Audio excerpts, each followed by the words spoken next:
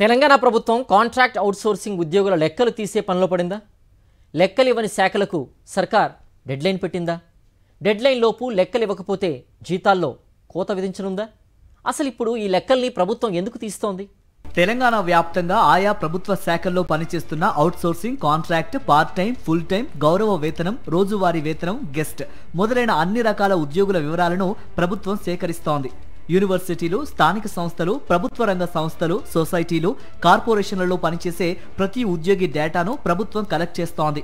రాష్ట్ర వ్యాప్తంగా వివిధ శాఖల్లో తాత్కాలిక ప్రాతిపదికన 4,93,820 మంది పనిచేస్తున్నట్లు గతంలోనే తెలంగాణ ప్రభుత్వం గుర్తించినట్లు సమాచారం.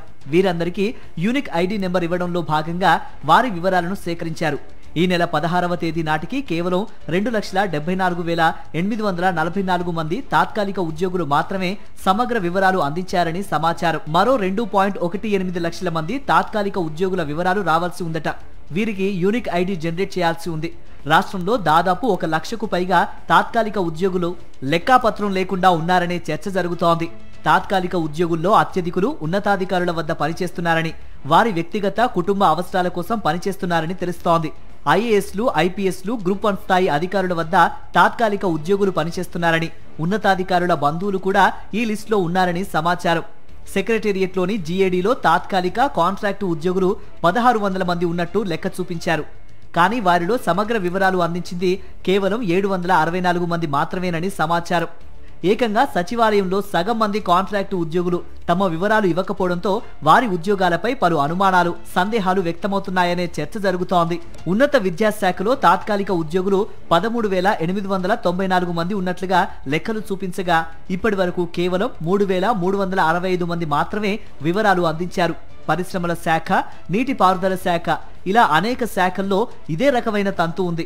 వ్యవసాయ, సహకార శాఖల్లో తాత్కాలిక ఉద్యోగులు 2,545 మంది ఉన్నారని లెక్క చూపగా తాజాగా సమగ్ర వివరాలు అందించిన తర్వాత చూస్తే వారి అసలు సంఖ్య 4,574 మంది తేలినట్లు సమాచారం.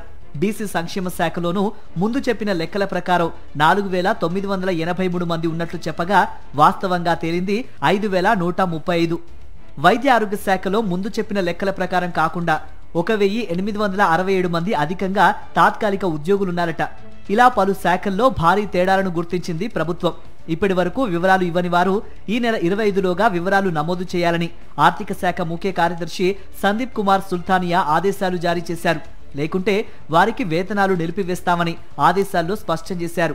అయితే తాత్కాలిక, కాంట్రాక్టు లెక్కలను తీసిన తర్వాత ఆయా శాఖల వారీగా తాత్కాలిక ఉద్యోగాలను తీసేసి జీతాల ఖర్చులను తగ్గించుకునే పనిలో ప్రభుత్వం పడుతుందా అనే అనుమానాన్ని ఉద్యోగ సంఘాల నేతలు వ్యక్తం చేస్తున్నారు.